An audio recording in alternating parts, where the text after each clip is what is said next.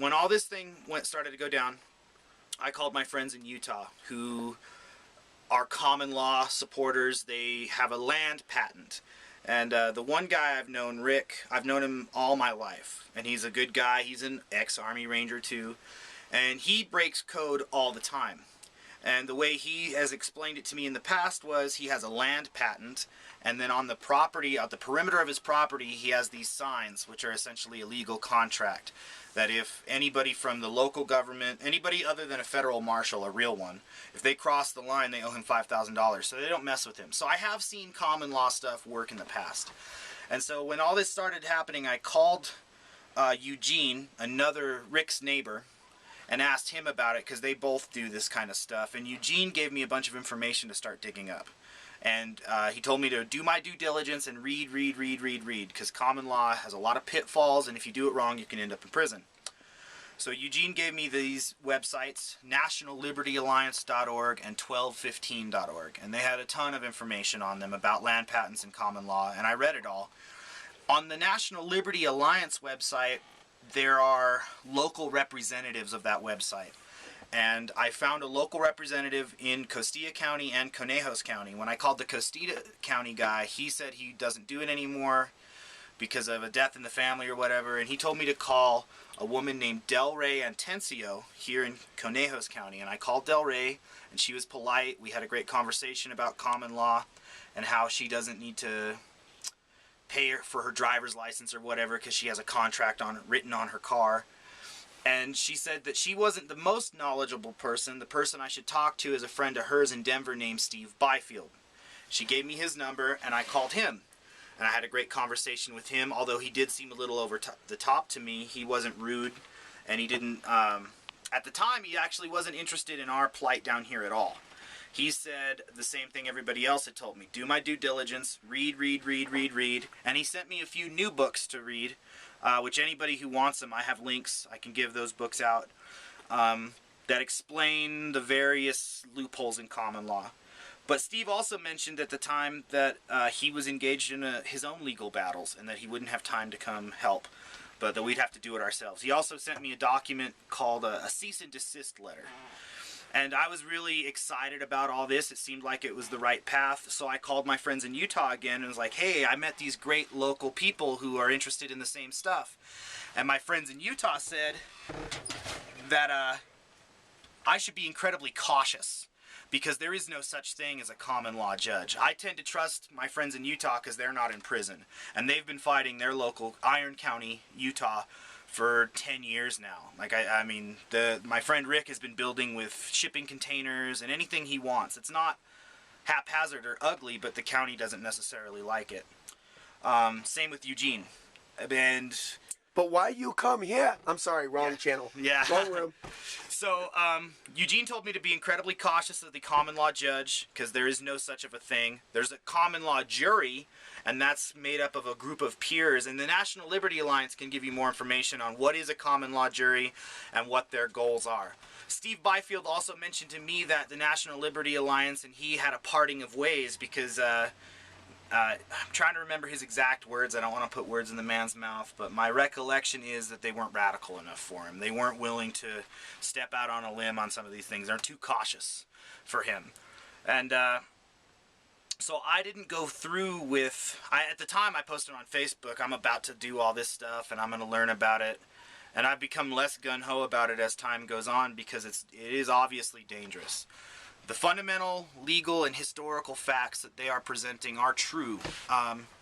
You know, we do have certain inalienable human rights guaranteed in the Constitution of the United States. That's true.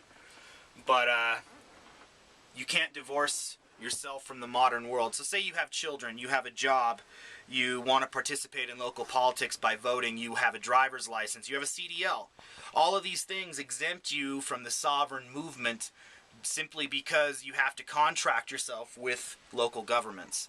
I don't know anybody that their true sovereignty rant would apply to, simply because you know, we have to live in the modern world. You might be able to get away with one facet of it for a certain amount of time, but eventually you're going to have to appear in court. And when you appear in court, you better know what you're talking about to a T. And even then, it's not like the state's just going to leave you alone. There's a guy on the internet when all this started going down. One of the people, the Natural Living Man. I can't remember his name, but if you go look up Natural Living Man, it shows this guy, this old hillbilly kind of guy in court arguing with the judge up and down, and the judge walks out of the room. It looks like this huge win for rights.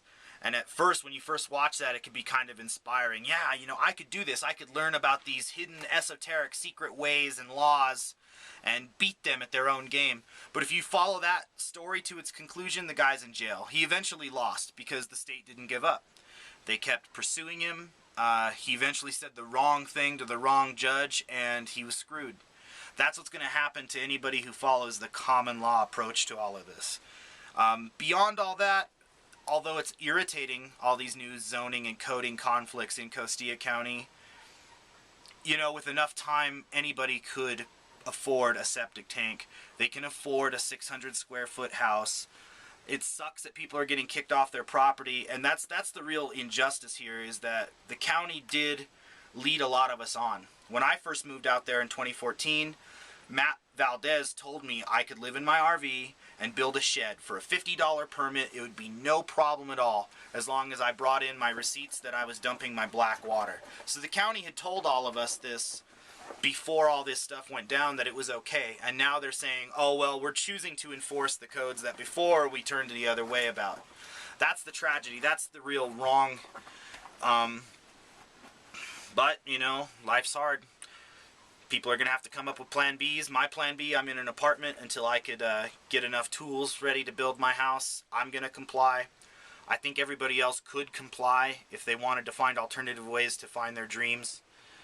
But this common law stuff, as true as it might be, just isn't the solution. Unfortunately, I don't believe it's the solution.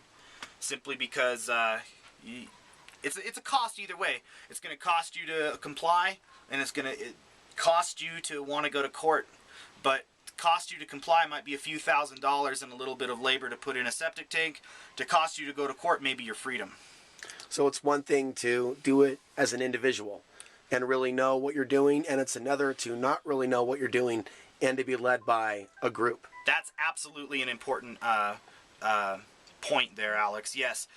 If you do want to go about the common law method of going about this, you're free to. It's not bad to research. It's good to go and learn about these things of why America is the way America is today. I'm glad that I spent the time researching all those things.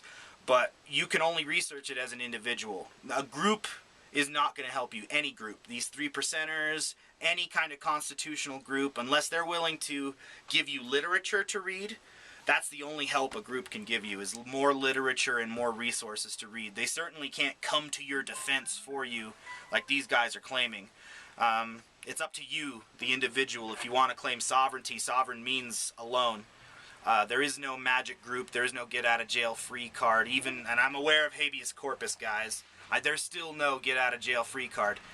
If you want to do it, I encourage it. I have plenty of literature that I could give people on it if they want to learn about it.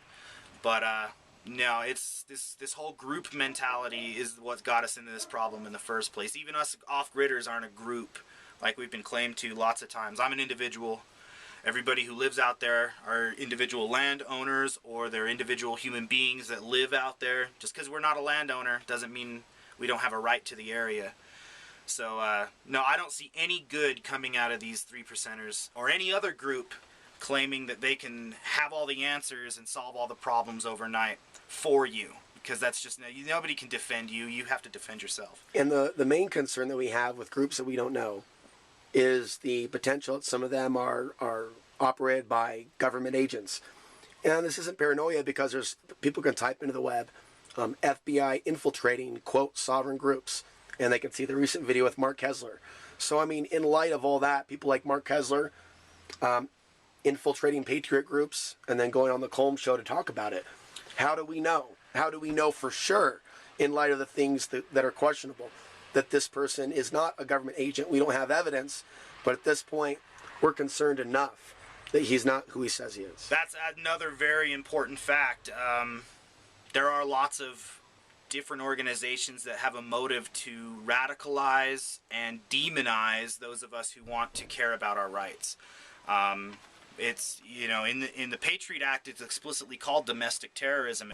In concluding, I think common law is great. I think people should do their due diligence and read about it, but nobody should rely on some outside influence. This is a local matter.